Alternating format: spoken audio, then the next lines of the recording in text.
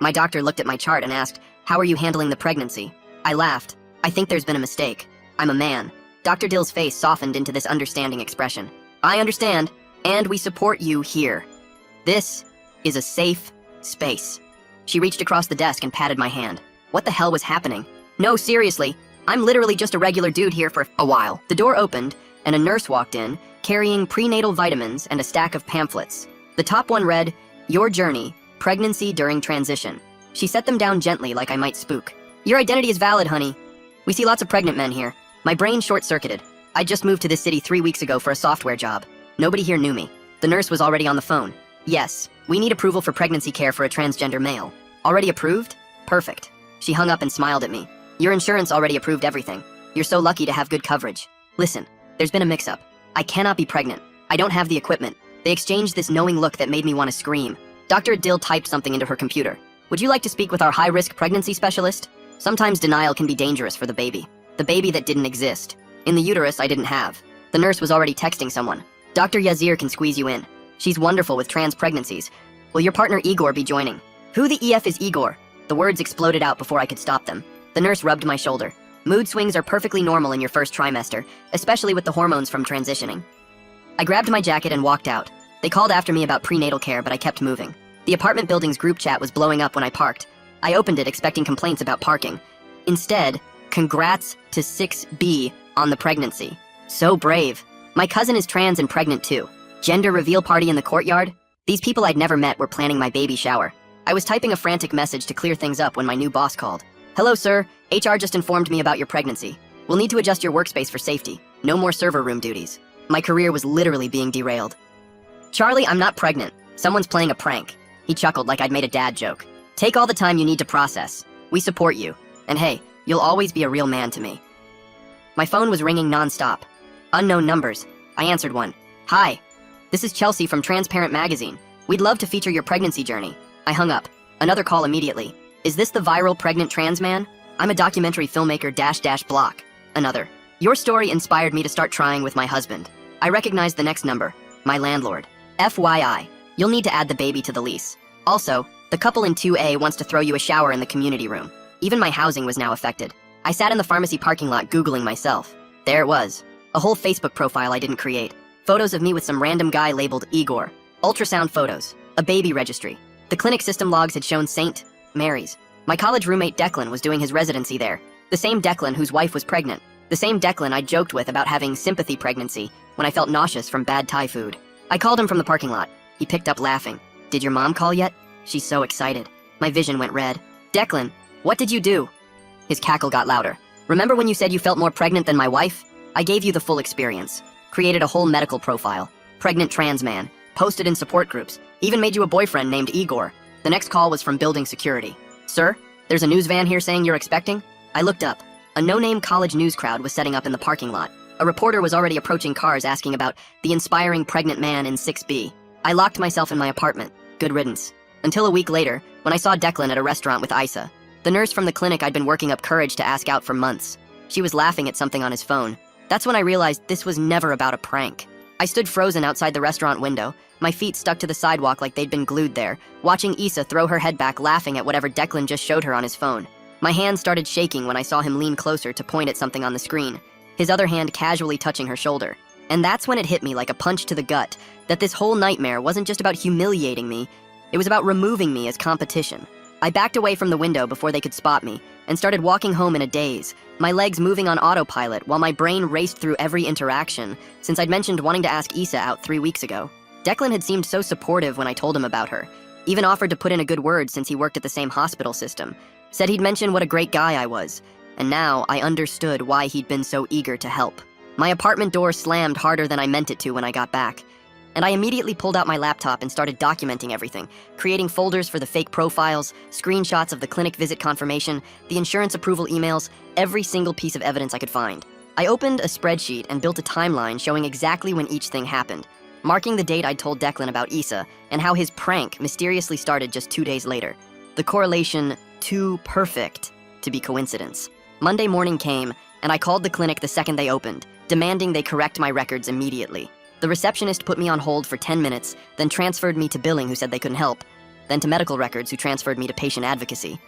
And finally, someone explained I'd need to come in person with legal documentation proving I wasn't pregnant, like somehow the burden was on me to prove I didn't have a uterus. My next call was to a lawyer who specialized in identity theft and medical fraud, someone I found through my company's legal referral service.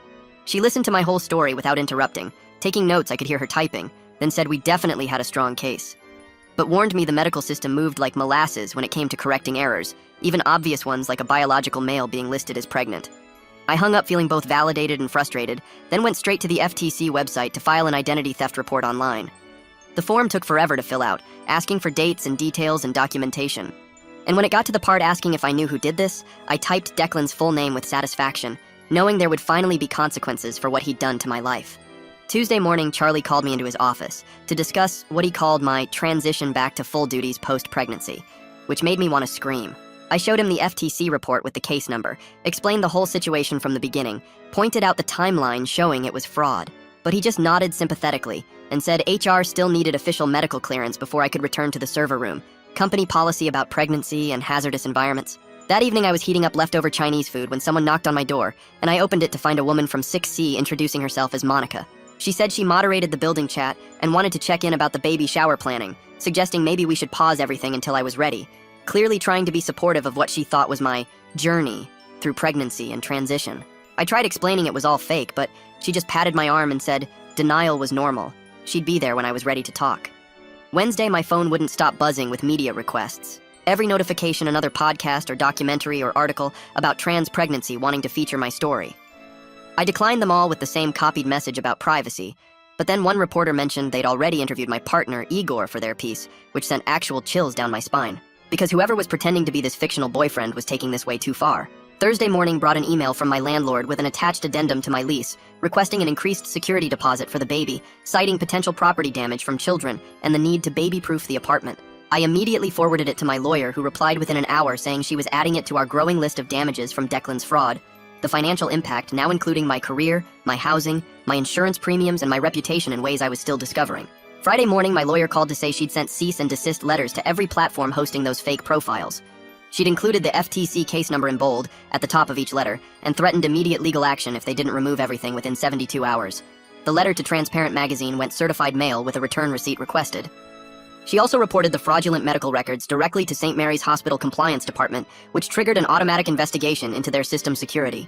The compliance officer promised to review every single access log from Declan's account, going back 6 months. I spent the rest of the morning organizing screenshots of every fake post, every profile, every message into labeled folders on my laptop. My coworker, Bradley, knocked on my cubicle wall around lunch and showed me his phone screen where the company Slack had a whole congratulations thread about my pregnancy. He closed his office door and sat down across from me without saying anything for a minute. Then he explained he'd dealt with identity issues at his last job when someone used his credentials for insider trading. He knew exactly how frustrating it was when nobody believed you were the victim. He offered to help me draft communications to HR that would get their attention without making me sound crazy. That afternoon, I got an email about the upcoming apartment building board meeting with the agenda attached as a PDF. Item 4 was literally planning baby shower for 6B with Monica listed as the discussion leader. I walked down to her apartment and knocked until she answered. She tried to table the discussion when I explained again that I wasn't pregnant, but I could see the confusion in her eyes. She probably thought I was in denial or scared about becoming a parent. The mail arrived while I was walking back upstairs, including a thick packet from my insurance company filled with prenatal care brochures and coverage details. The cover letter explained my benefits for ultrasounds, genetic testing, delivery costs, and postpartum care. To stop the coverage, they needed an official physician statement confirming I wasn't pregnant. But when I called the clinic, they insisted I needed to attend an in-person counseling session before they'd provide any documentation. They scheduled me for the following Tuesday at 2 o'clock. I asked my lawyer if her paralegal could come as a witness, and she agreed immediately. The weekend passed in a blur of organizing evidence and fielding confused texts from coworkers who'd seen the Slack thread. Tuesday came, and I walked into that same clinic with the paralegal beside me, taking notes on a yellow legal pad. Dr. Dill spent 20 minutes talking about pregnancy denial and how dangerous it could be for the baby's health. She showed me pamphlets about trans men who'd given birth successfully. She asked about my support system and whether I felt safe at home. The paralegal kept writing everything down without commenting. Finally, after going in circles for almost half an hour, Dr. Dill agreed to review my actual medical history from before the fraudulent entries. She pulled up my real records from my previous doctor and saw years of normal male physicals with no indication of any female anatomy. Her face went pale as she compared the timestamps and realized the pregnancy records were all entered remotely through the hospital system, not during any actual visit. She printed out a statement confirming I had never been her patient for pregnancy care and that the records appeared to be fraudulent. That evening, I sat in my car for 10 minutes before finally texting Issa directly to explain everything that had happened. I kept it short and factual, explaining how Declan had created the whole pregnancy story as a prank that got out of control. The message showed as read almost immediately, but she didn't respond. 3 days passed without any reply. Wednesday morning, HR sent an official email removing me from all server room duties, effective immediately due to pregnancy safety protocols. They emphasized my salary would remain the same, but I couldn't access any areas with electromagnetic equipment until medical clearance was provided. This basically killed my path to senior developer, since server architecture was a core requirement for the promotion. My lawyer immediately drafted a detailed letter to my employer, explaining the identity theft situation and requesting temporary accommodation while we resolved the fraud. She attached the FTC report, the clinic's correction statement, and correspondence with the hospital showing they were investigating. HR responded that they'd review the documentation, but couldn't change my duties without following proper procedures. The following Monday, I had to meet with the compliance officer from St. Mary's in a small conference room at their administrative building. I brought my timeline printed out with every event marked clearly, folders of screenshots showing the fake profiles and posts, and a transcript of Declan's phone confession that I'd managed to record on my laptop. The investigator was a serious woman in her 50s who took detailed notes about everything. She asked specific questions about dates and times, cross-referencing my answers with something on her laptop screen. She showed me access logs, proving all the fraudulent entries came from Declan's login credentials during his scheduled shifts. She had me sign several forms, authorizing them to use my testimony in their internal review process. Before I left, she mentioned that falsifying medical records was grounds for immediate termination from the residency program and could affect his medical license. The investigation would take several weeks, but she seemed confident they had enough evidence to take action. 2 days later, my phone rang with Declan's number while I was reviewing server logs at work. I almost didn't answer, but figured I should hear what excuse he'd cooked up this time. His voice sounded different, nervous instead of cocky like before. "Listen, man, things got out of hand with that joke." I stayed quiet and let him keep talking while I recorded the call on my laptop. "The hospital's asking questions, and I need you to tell them it was just a misunderstanding between friends." My grip tightened on the phone as he kept going. "Nobody needs to lose their career over a prank that went too far." The word prank made my blood boil, but I kept my voice steady. "You created fake medical records, told my boss I was pregnant, and destroyed my reputation." He tried to interrupt, but I kept going. "This isn't a prank anymore. It's fraud that damaged my career and my life." His tone shifted to defensive immediately. "Come on, you know how hard residency is, and this could ruin everything I've worked for." I couldn't believe he was playing victim after what he'd done to me. "Maybe you should have thought about that before committing medical fraud."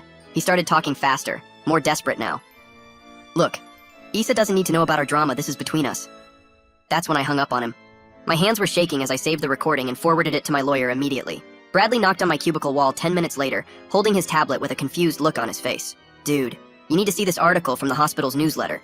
He turned the screen toward me and there it was. A whole feature about St. Mary's innovative trans pregnancy program. They'd used my fake case as their main example, without using my name, but with enough details that anyone could figure it out. The article talked about their groundbreaking support for pregnant trans men and how they were leading the region in inclusive care.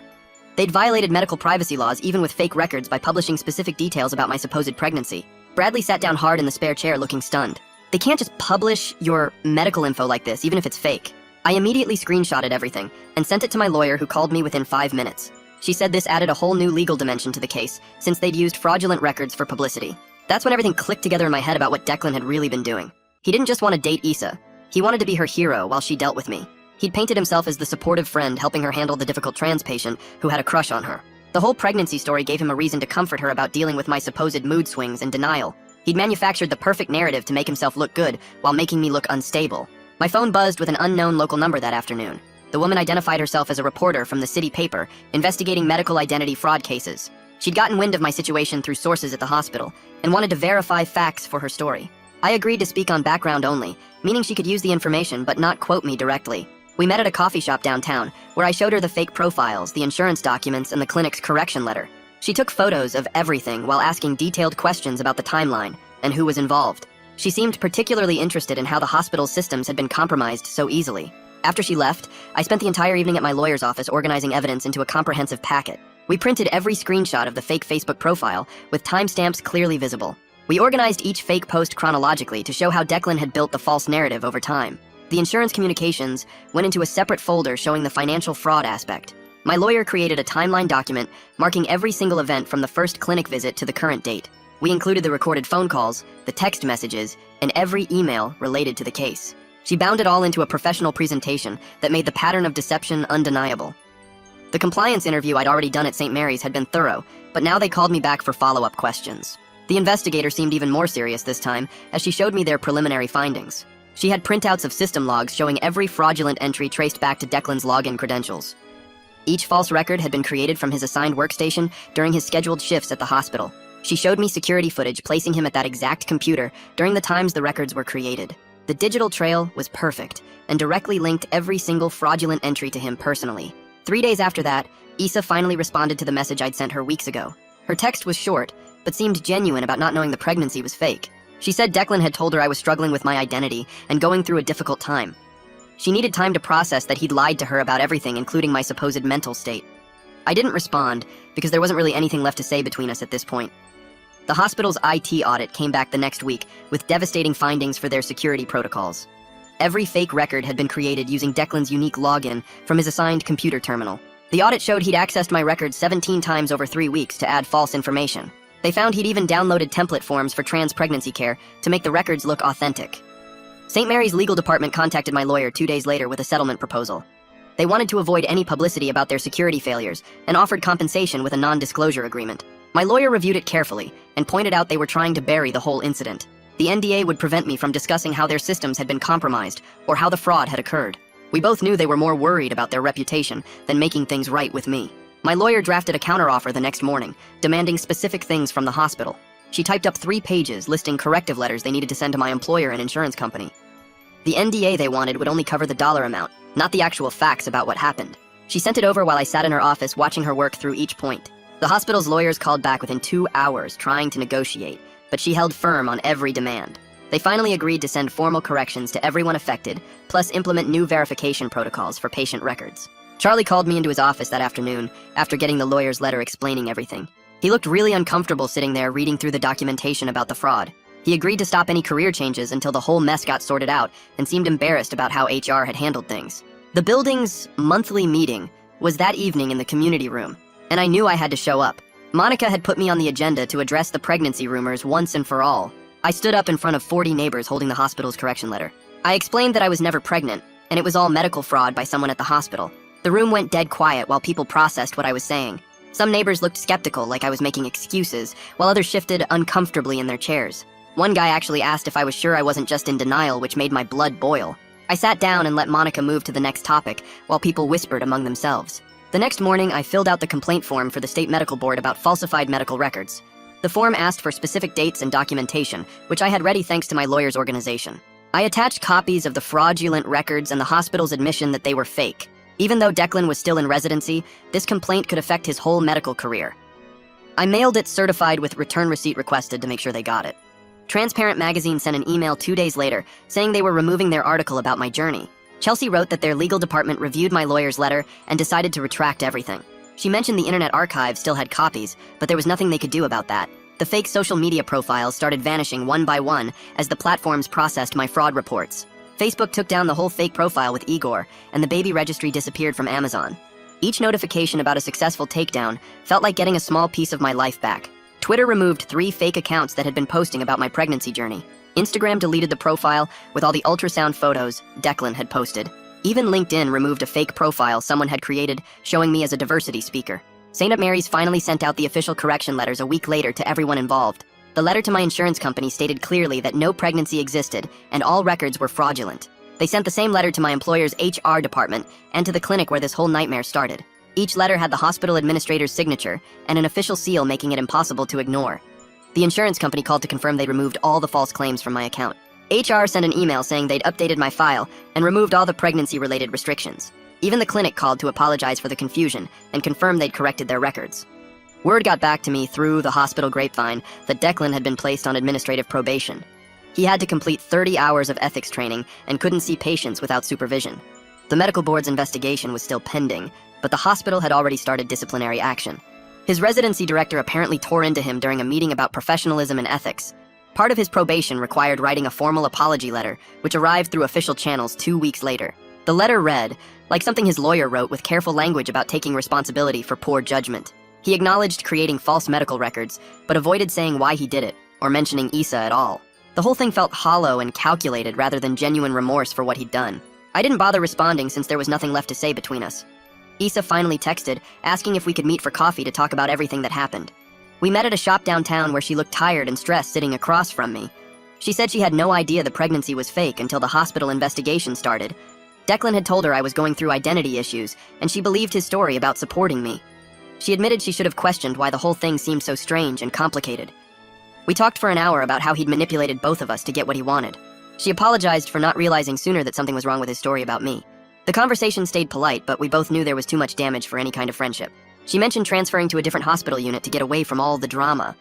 I told her I understood, and we parted ways knowing we'd probably never speak again. Actually, she called me back 10 minutes after I left the coffee shop and said she needed to tell me something important. We met again that same afternoon at a park bench near the hospital where she worked. She sat down and started talking fast about how Declan had been texting her for weeks before the whole fake pregnancy thing started. He told her I was going through some kind of identity crisis and needed support from medical professionals who understood trans issues. She showed me screenshots on her phone of him saying I was in denial about my transition and that helping me accept my pregnancy would be part of my healing journey. The dates on those messages were from before he even created the fake medical records. She said she felt sick realizing how he'd set everything up to make himself look like the caring friend while making me seem unstable. The worst part was when she admitted he'd started asking her out. The same week, the news van showed up at my apartment. She transferred to pediatrics the next day just to avoid seeing him in the halls. HR called me that Tuesday with news that made my hands shake with relief. The correction letter from the hospital had finally cleared everything up, and they were removing all pregnancy restrictions from my file immediately. Charlie met with me that afternoon to go over the details and said I could return to the server room starting the next morning. He looked embarrassed when he admitted they should have verified the medical claims before changing my work duties.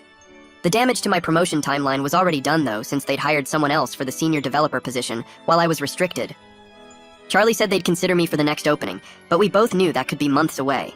Monica posted in the building chat that night, explaining the whole situation without using anyone's names. She wrote that a resident had been victim of medical identity theft and asked everyone to respect their privacy going forward.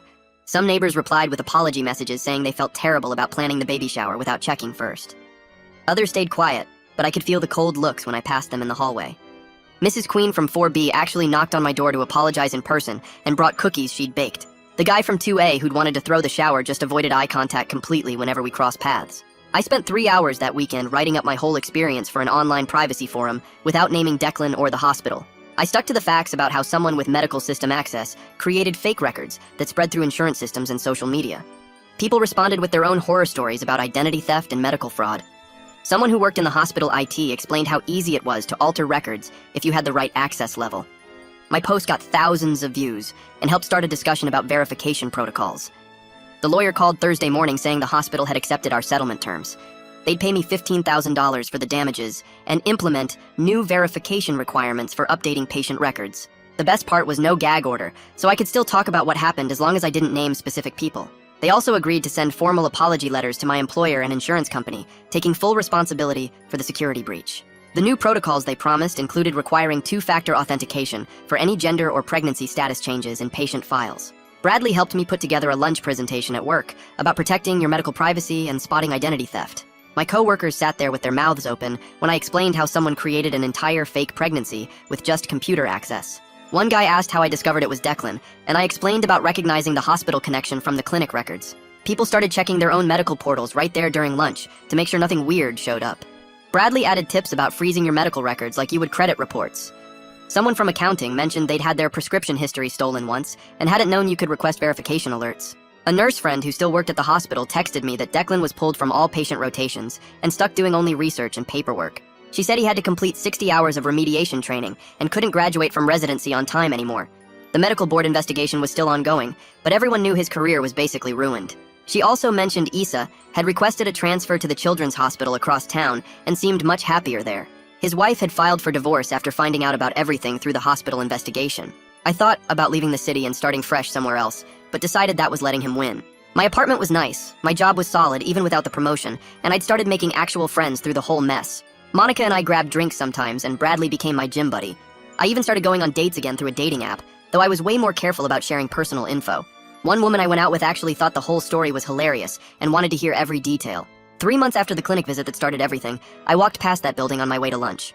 My phone stayed quiet, no reporters called, no fake emergency existed anymore.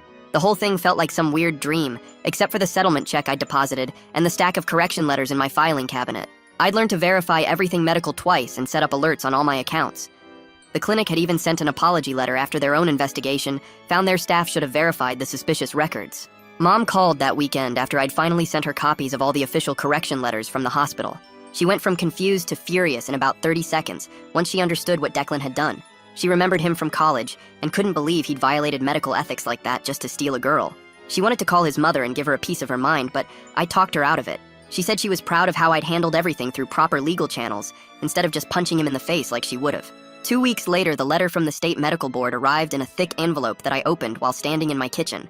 The formal reprimand against Declan took up 3 pages of legal language that basically said he'd broken every ethics rule about patient privacy and record keeping.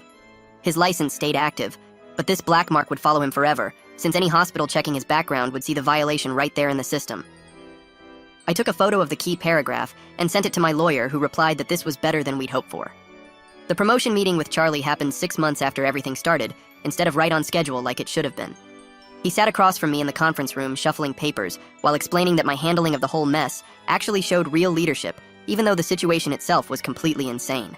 The senior developer title came with a nice raise and access to better projects, but I couldn't help thinking about those lost 6 months when other people got promoted ahead of me. Monica knocked on my door that evening with a bottle of wine to celebrate the promotion she'd heard about through the building gossip network. We sat on my balcony drinking, and she told me stories about other crazy stuff that had happened in the building over the years, though nothing quite matched a fake pregnancy scandal. She helped me figure out which neighbors to avoid and which ones were actually cool once you got to know them. We started having regular Thursday night drinks where we'd watch terrible reality TV, and she'd update me on building drama that didn't involve me for once. A full year passed before I felt like my life had really settled back to normal. My work projects were going great, with the senior title opening doors to more interesting assignments. The friends I'd made through the whole disaster turned out to be keepers who knew the full story and could laugh about it now. I started dating this woman from my rock climbing gym who thought the whole saga was the most entertaining first date story she'd ever heard. She kept asking for more details about the fake boyfriend, Igor, and whether I'd kept any of the pregnancy pamphlets as souvenirs. My buddy from the hospital texted me that Declan had finished his residency, but was having major trouble landing a real job. Every decent hospital ran background checks, and that medical board reprimand popped up immediately, making them pass on his application. His wife had divorced him after the investigation revealed how he'd manipulated both me and Issa to break us up before we even had a chance. He ended up taking some clinic job in a small town 3 hours away, where they were desperate enough to overlook his record. I ran into Issa at a coffee shop downtown on a random Tuesday morning when we both reached for the same newspaper someone had left on the counter. We both froze for a second before laughing at the awkwardness of it all.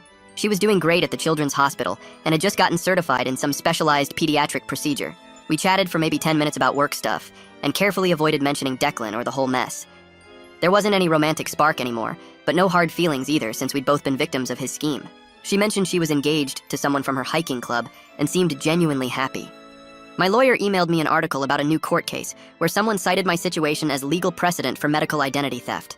The judge had ruled in favor of the victim, using my case as an example of how these violations could spiral out of control and cause real damage. Other people dealing with similar fraud would have an easier path to getting justice and compensation now. The legal database had my case listed as a reference point for identity theft involving medical records and false pregnancy claims. Bradley forwarded me the article too, with a note saying I'd accidentally become famous in legal circles, even if my name was redacted from the public documents. Life settled into the best kind of boring routine, where work challenges were actually about debugging code instead of explaining fake pregnancies. Neighbors waved hello in the hallway without whispering behind my back or trying to plan surprise showers. My dating profile just said software developer, with no need to explain any dramatic backstory about medical fraud or false pregnancy claims. The server room at work was my domain again, where I could focus on actual technical problems. New people joined the company who had no idea about my weird history and just saw me as the senior dev who knew the systems inside and out. Even the building group chat had moved on to complaining about the new recycling rules instead of discussing my non-existent baby. Mom called less frequently now that she wasn't worried about me dealing with legal battles and just wanted normal updates about work and dating. The whole experience felt like something that happened to someone else, even though I still had the legal documents filed away as proof it was all real. Well, friends, this really has been a journey, and I appreciate you sticking with me through all my questions and wonderings. Can't wait to do it again. If you made it to the end, drop a comment. I love reading all your comments.